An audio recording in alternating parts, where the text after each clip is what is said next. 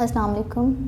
Next हमारा जो topic है वो साइंटिफिक प्रोग्रामिंग मेथडोलॉजी के नाम से है, ठीक है। इसके अंदर हम लोगों ने जो है ना बेसिकली ये देखना है कि हम लोग अपनी कॉम्प्लेक्स प्रॉब्लम को किस तरह से किस मेथड से उसको लिखते हैं, ठीक है। प्रोग्राम को साइंटिफिकली किस मेथड से लिखते हैं हम, ओके।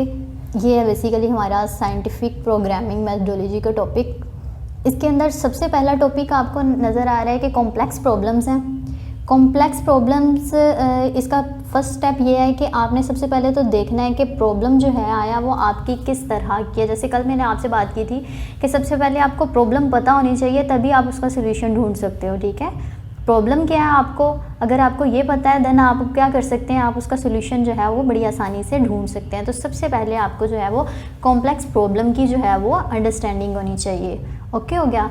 उसके बाद आपने क्या करना होता है, आपने उस प्रॉब्लम को एनालाइज करना होता है कि आया वो प्रॉब्लम जो है वो किस टाइप की है, ठीक है। जब आपको उस प्रॉब्लम की टाइप समझ आ जाती है, फिर आपको उसका सोल्यूशन जो है वो ढूंढने में आसानी हो जाती है, ठीक है। तो ये बेसिकली जो सेट ऑफ इंस्ट्रक्शंस ही हैं बेसिकली कि किस किस तरह से आप इंस्ट्रक्शन देते हो किसको, कंप्यूटर को, ताकि वो क्या कर सके, उस प्रोग्राम को सॉल्व कर सके, ओके। तो सबसे पहले हमने क्या करना है, कॉम्प्लेक्स प्रॉब्लम्स को अंडरस्टैंड करना है, यानी खुद से पहले खुद समझना है कि वो प्रॉब्लम क्या है, फिर ही तो हम किसी और को समझा सकते हैं ना, ठीक है। फिर हम क्या करते हैं, उस पर कुछ एनालिसिस करते हैं, एनालाइज करते हैं उस प्रॉब्लम को, आया वो प्रॉब्लम जो है वो किस टाइप की है, वो मैथ्स की प्रॉब्लम है, कोई फिज़िक्स की प्रॉब्लम है, उसमें हम कौन सा फॉर्मूला लगा सकते हैं उस प्रॉब्लम को सॉल्व करने के लिए, ठीक है। ये सारी चीज़ें, उसके बाद जब ये सारी चीज़ें हमें अंडरस्टैंड हो जाती हैं ना, देन हम लोग क्या करते हैं, डिज़ाइन करते हैं अपने प्रोग्राम को। डिज़ाइन का मतलब क्या है कि हम लोग उसका पहले तो सबसे अपने माइंड में सेट करते हैं कि पहले हम ये करेंगे, फिर ये करेंगे, फिर ये करेंगे, स्टेप बाय स्टेप हम खुद सोचते हैं। देन हम क्या करते हैं, फिर हम लोग जाते हैं दूसरी उसकी तरफ, कंप्यूटर को इंस्ट्रक्शंस देते हैं कि जो हम लोगों ने सोचा हुआ होता है, ठीक है। पहले हम अपने माइंड में उसको डिज़ाइन करना होता है, उसके बाद हम लोग उसको कुछ कोडिंग्स देते हैं, ठीक है। कोड लगाते हैं हम लोग। जैसे हम लोग पहला जो प्रोग्राम जब करेंगे ना, तो आपको उसी में आइडिया हो जाएगा कि हम लोगों ने किस तरह से स्टार्ट लेना है पहले, फिर हम लोगों ने क्या करना है, कुछ इनपुट डालनी है, फिर कुछ फॉर्मूला लगाना है, फिर ज़ाहिर सी बात है फॉर्मूला से हम लोगों के आउटपुट मिलेगी ना, फिर उसको एंड करना है। तो ये कुछ कोडिंग्स होती हैं C++ लैंग्वेज में, कंप्यूटेशनल में, ठीक है। हम लोग जो है वो C++ लैंग्वेज पढ़ेंगे, तो उसमें हम लोग जो है वो कोडिंग किस तरह से सीखेंगे हम लोग जब प्रोग्राम करते हैं नेक्स्ट, तो उसमें इंशाल्लाह आपको क्लियर हो जाएगा, ओके। उसके बाद जो हम लोगों ने कोडिंग की है उसको हमने खुद ही टेस्ट करना है पहले कि आया हमने जो कोडिंग की है क्या वो सही भी की है या नहीं की, ठीक है। अगर वो कोडिंग हमने सही की है, ठीक है। डिज़ाइनिंग जो होती है ना, ये डिज़ाइनिंग ये दो तरह की होती है, एक होती है एल्गोरिथम, दूसरा होता है फ्लो चार्ट, ठीक है। हम लोग दो तरह से डिज़ाइनिंग कर सकते हैं। एल्गोरिथम यानी आप क्या कर सकते हैं, ये सारा ना हमारी अपनी आम ज़ुबान है, जैसे हम लोग जो है सिंपली खुद ही सोचते हैं या एक दूसरे से बात करते हैं, उसी लैंग्वेज में हम लोग डिज़ाइन करेंगे। सबसे पहले जब हम लोग खुद डिज़ाइन कर लेंगे, देन हम लोग कंप्यूटर को उसकी लैंग्वेज में उसको बताएंगे, ठीक है। C++ की लैंग्वेज या C लैंग्वेज, जिस भी लैंग्वेज को कंप्यूटर समझ सकता है, हम उसको उसकी लैंग्वेज में समझाएंगे, ठीक है। लेकिन पहले डिज़ाइन हमने खुद करना है। ये एल्गोरिथम वगैरह क्या है, ये भी हम लोग इंशाल्लाह इसी लेक्चर में जो है वो देखते हैं। उसके बाद नेक्स्ट हम लोगों ने कोडिंग करनी होती है। कोडिंग भी मैंने आपको बताया, डिज़ाइन जब हमने अपने माइंड में सोच लिया, फिर हम लोग उसको तरतीब देते हैं कि इस तरह से हम उसको कोड करेंगे। फिर हम अपनी कोडिंग को टेस्ट करते हैं, आया हमारी कोडिंग ठीक है या नहीं ठीक, ठीक है। जब हमें तसल्ली हो जाती है, देन हम क्या करते हैं, वो इंस्ट्रक्शंस कंप्यूटर को प्रोवाइड करते हैं, ठीक है। फिर कंप्यूटर क्या करता है, उन पर इम्प्लीमेंटेशन करता है, ठीक है। यानी कंप्यूटर के ऊपर उसको हम लिखते हैं, इम्प्लीमेंट करवाते हैं, देन उसकी इम्प्लीमेंटेशन सारी होती है, ठीक है। तो ये सारा कुछ हमारे पास था साइंटिफिक प्रोग्रामिंग मेथडोलॉजी। उसमें ये स्टेप्स जो थे ये इंक्लूड थे, ओके। 1 2 3 4 5 एंड 6, ये 6 स्टेप्स हैं इसमें इंक्लूड, ओके। उसके बाद हम लोग आते हैं नेक्स्ट देखें हमारे पास एल्गोरिथम है। तो देखिए कुछ भी हम लोगों ने जब स्टार्ट लेना होता है, जब भी कोई चीज़ भी हमने स्टार्ट करनी होती है, जस्ट लाइक आप छोटी सी मिसाल दें, हम लेंगे, हम लोगों ने जब अपना सेल फ़ोन ही जब उसको ओपन करना स्टार्ट करना, तो कोई ना कोई एक बटन तो हमें प्रेस करना पड़ता है ना, ठीक है, या फिंगरप्रिंट लगाना पड़ता है, या कुछ ना कुछ ताकि उसको स्टार्ट दिया जाए। इसी तरह कोई कैलकुलेटर ले लें, उसको भी स्टार्ट करने के लिए हमें कोई ना कोई सबसे पहला बटन जो है वो क्या करना पड़ता है, ऑन करना पड़ता है। ऑन के लिए वो स्टार्ट है, ठीक है। फर्स्टली हमने क्या करना है, चीज़ को स्टार्ट करना है। सेकंड क्या करना है, उसके अंदर कुछ इनपुट करनी है, तभी तो हमें उसकी आउटपुट मिलेगी ना। आउटपुट के बगैर हमें इनपुट के बगैर हमें आउटपुट तो नहीं मिल सकती, कुछ ना कुछ हम लोग खुद से देंगे, देन ही तो हम क्या कर सकते हैं, उससे कोई आउटपुट हासिल कर सकते हैं, ऐसा ही है ना। ठीक है, तो देखें हम लोग क्या करेंगे, अगर अब के सेकंड पे हमने क्या करना होता है कि इनपुट्स देनी होती हैं। ठीक है, फ़र्ज़ करें कि हमारे पास एक स्टूडेंट के मार्क्स हैं। ठीक है, उस स्टूडेंट ने हम लोगों को अपने कंप्यूटर और फिज़िक्स के दो बुक्स के मार्क्स उसने हमें बताए हैं। एक उसने फिज़िक्स के मार्क्स दिए हैं हमें, दूसरा उसने हमें अपने कंप्यूटर के मार्क्स बताए हैं। ओके, तो हम लोग क्या करेंगे, इन दोनों मार्क्स को उस स्टूडेंट से लेंगे। ठीक है, और फिर हमें ये कहा गया है कि स्टूडेंट ने जब आपको ये मार्क्स दे दिए हैं, फिज़िक्स के भी अपने बता दिए हैं और कंप्यूटर के भी बता दिए हैं, आपने उन दोनों को क्या करना है, सम करना है। ठीक है, एक तो ये है, दूसरा आपने क्या करना है, जब आपने सम कर लिया उन दोनों मार्क्स को, ठीक है, टोटल निकाल लिया, देन आपने क्या करना है, उसको एवरेज निकालनी है। तो एवरेज निकालने के लिए आप क्या करेंगे, टोटल नंबर पर डिवाइड कर देते हैं, तो ये हमारे पास जो है वो एवरेज निकल आएगी। ओके, तो नेक्स्ट देखें हम लोग क्या करेंगे, यहाँ पे सबसे पहले तो हमें बताना पड़ेगा कि उसने हमें कंप्यूटर के कितने मार्क्स बताए और फिज़िक्स के कितने मार्क्स बताए हैं। ठीक है, फिज़िक्स के उसने मार्क्स जो हमें बताए हैं, फ़र्ज़ कर लें वो ए मार्क्स उसने हमें बताए हैं। इसी तरह कंप्यूटर के जो उसने मार्क्स बताए हैं वो बी बताए हैं हमें। ठीक है, तो हम लोग क्या करेंगे, पहले स्टेप में एवरेज तो आप पहले नहीं निकाल सकते हो ना, पहले तो हमें सम निकालना पड़ता है। तो ये ना एल्गोरिथम लिखने की भी ना कुछ रूल्स होते हैं, कुछ इसके स्ट्रक्चर्स होते हैं, वो स्ट्रक्चर्स इंशाल्लाह हम आगे पढ़ते हैं।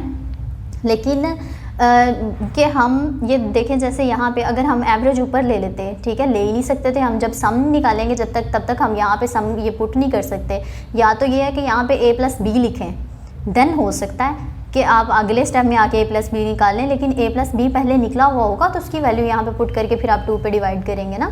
ठीक है, तो आपको पहले सम निकालना पड़ेगा, देन ही आप एवरेज का फॉर्मूला लगा सकते हैं। तो दोनों फॉर्मूलाज जो हैं इनको लगाने का जो स्टेप है वो अगला स्टेप है। ठीक है, उसके बाद जब आपने ये दोनों फॉर्मूलाज लगा दिए हैं, ठीक है, जब तक आपको फॉर्मूलाज नहीं आते होंगे आप आउटपुट इसकी नहीं निकाल सकते, चाहे जितनी मर्जी अच्छी आपको बच्चे के मार्क्स दे दिए जाएं। आपको फॉर्मूला नहीं आता, आप तब तक उसकी जो है ना वो ना सम निकाल सकते हैं ना एवरेज निकाल सकते, जब तक सम और एवरेज का फॉर्मूला नहीं पता। ठीक है, जब हमने सम का फॉर्मूला लगाया हमें सम डिस्प्ले हो गया। आप यहाँ पे डिस्प्ले भी लिख सकती हैं, आप यहाँ पे जो है इसकी जगह पे प्रिंट भी लिख सकते हैं, प्रिंट कमांड यूज़ कर लें या डिस्प्ले। ओके, दोनों एक ही चीज़ है। उसके बाद जो है वो डिस्प्ले एवरेज भी तो हम लोगों ने डिस्प्ले करवानी है ना, या प्रिंट करवानी है, निकालनी है, आउटपुट लेनी है एवरेज की भी, तो ये भी हमें डिस्प्ले में मिल जाएगी। ठीक है, और उसके बाद जब दोनों चीज़ें जो रिक्वायर्ड थी हमें निकालनी थी वो हम लोगों ने निकाल ली, तो फंक्शन हमारा एंड हो गया।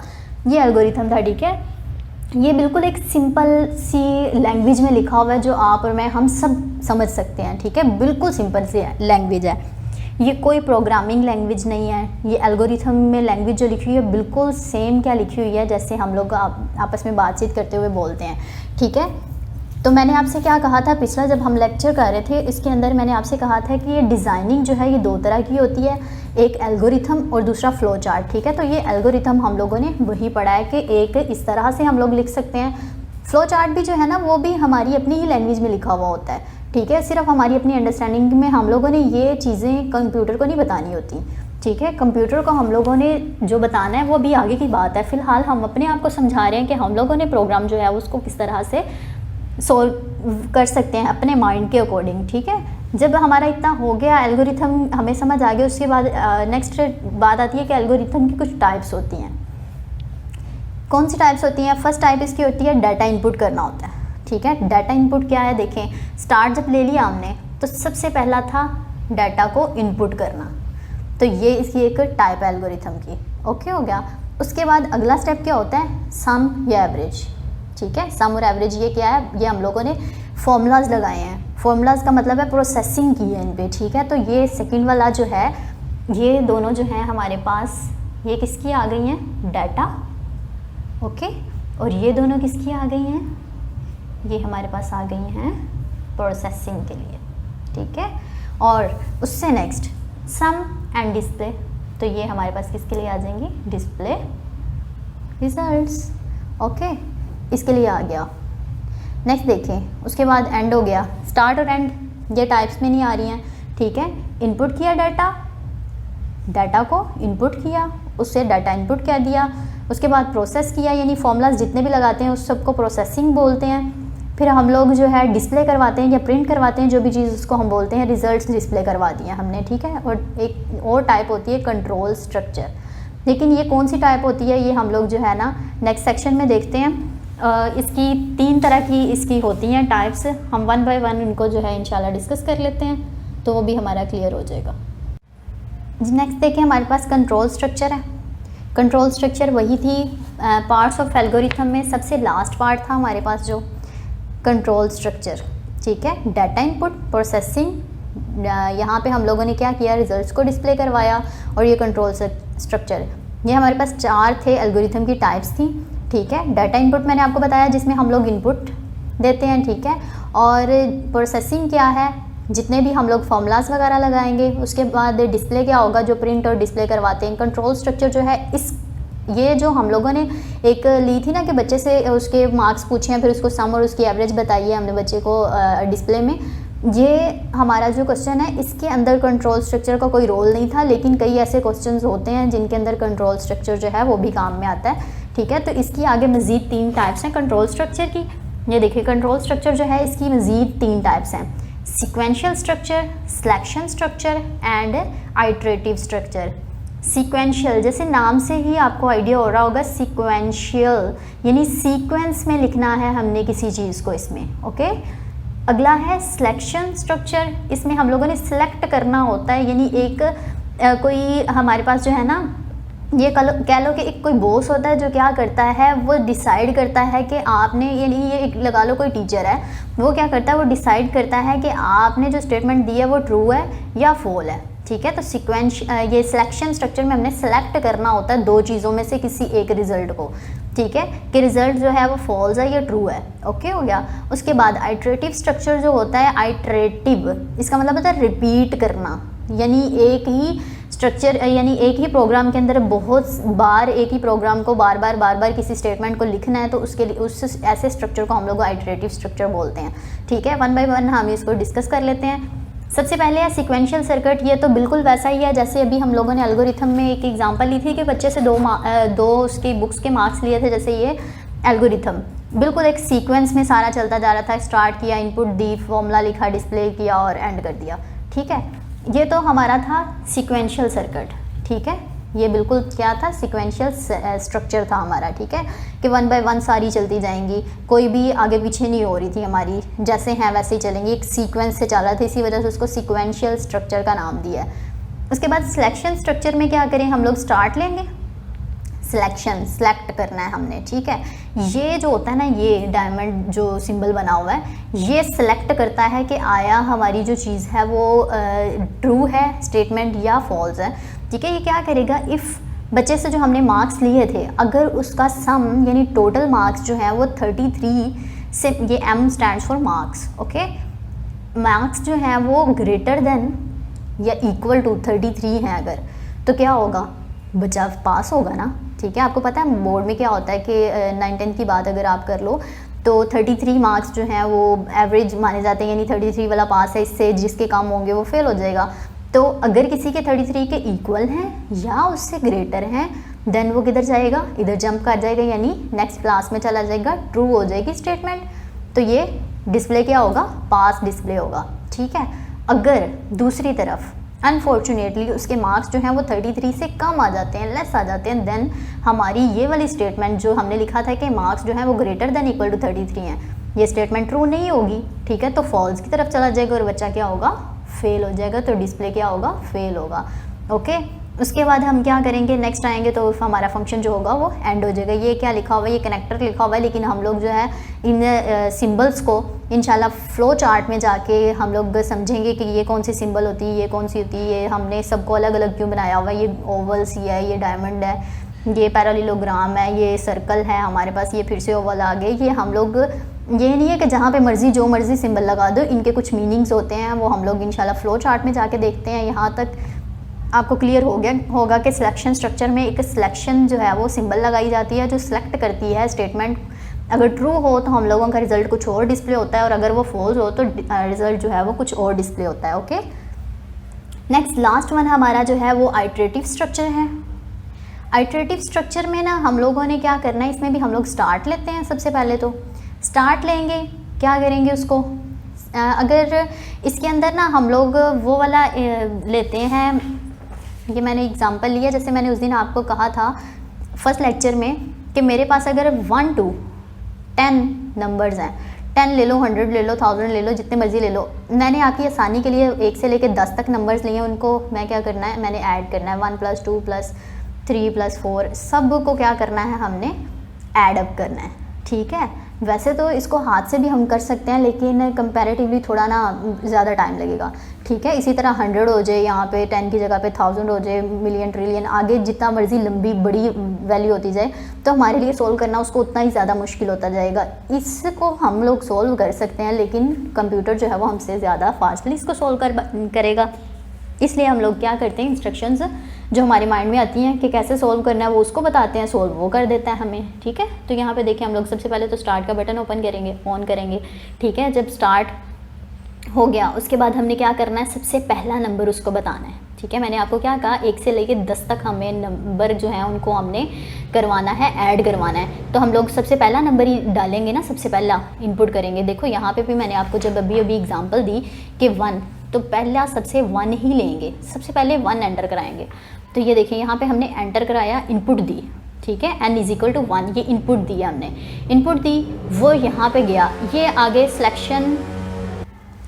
सिलेक्शन इसको हम लोग बोलते हैं पोर्शन, ये डायमंड सिंबल जो है, ठीक है। इसके अंदर हम सिलेक्शन स्टेटमेंट लगाते हैं कि वो सिलेक्ट करेगी कि जैसे यहाँ पे लगाया था ना कि ट्रू और फॉल्स में, ठीक है। इसको आपने ये नहीं कह देना कि ये सिर्फ सिलेक्शन स्ट्रक्चर में आ सकती है, सिंबल कहीं और नहीं आएगी, किसी भी स्ट्रक्चर में आ सकती है, ठीक है।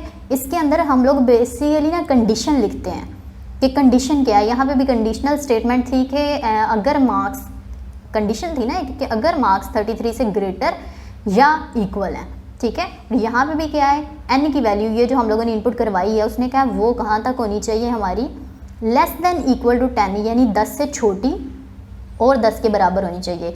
यानी जब तक वैल्यू हमारी 10 से छोटी होगी वो ऐड होती जाएगी। देखें 10 तक हमने ऐड करवानी, तो 10 से छोटी जब तक होगी वो ऐड होते जाएंगे। जैसे ही 11 अगला आया, यानी 10 तक नंबर्स ऐड हो गए, उसके बाद इसके बाद 11 को हमने ऐड करवाना चाहा तो वो नहीं होगा। क्यों नहीं होगा, क्योंकि हम लोगों की रिक्वायरमेंट ही बस इतनी थी, ठीक है। तो उसके लिए हम लोग यहाँ पे कंडीशन लगाते हैं।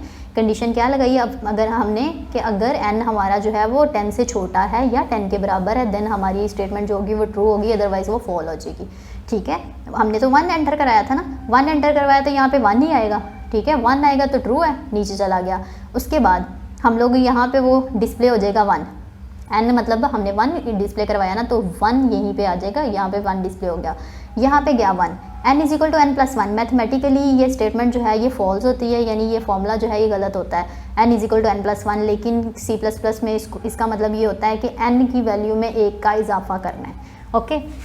देखें यहाँ पे हम क्या करते हैं, यहीं पे हम अगर बात करें कि ये मेरे पास था ना जो यहाँ तक n जब आया वो 1 ही था, ऐसा ही है ना, वो 1 ही था। उसके बाद n = n+1, मतलब कि 1 में 1 ऐड किया, ठीक है, क्या हो गया, 2 हो गया, ठीक है। उसके बाद क्या होगा कि हमारा दोबारा से आएगा, ठीक है।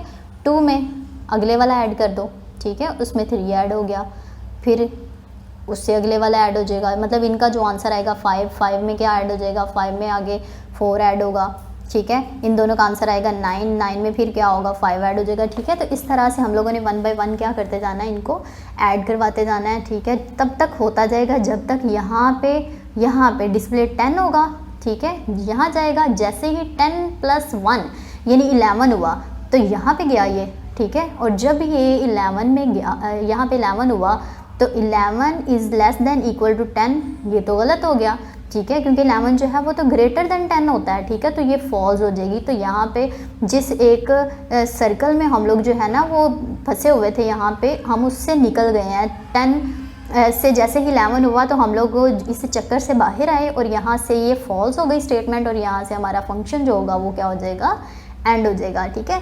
तो यहाँ तक हमारा जो है ना हम लोगों ने एल्गोरिथम की एक टाइप को डिस्कस कर लिया है। नेक्स्ट हम लोग इंशाल्लाह अगली वीडियो में जो है वो फ्लो चार्ट के बारे में डिटेल से पढ़ेंगे। फ्लो चार्ट होता है क्या है, इन सारी सिंबल्स को हम लोग 1 बाय 1 जो है वो अच्छे से एक्सप्लेन करेंगे, उनको अंडरस्टैंड करेंगे कि ये आया, ये सिंबल जिसको डायमंड सिंबल बोलते हैं किस लिए यूज़ होती है, ये रेक्टेंगुलर सिंबल किस लिए यूज़ होती है, ये जो पैरेललोग्राम है ये किस लिए यूज़ होनी है,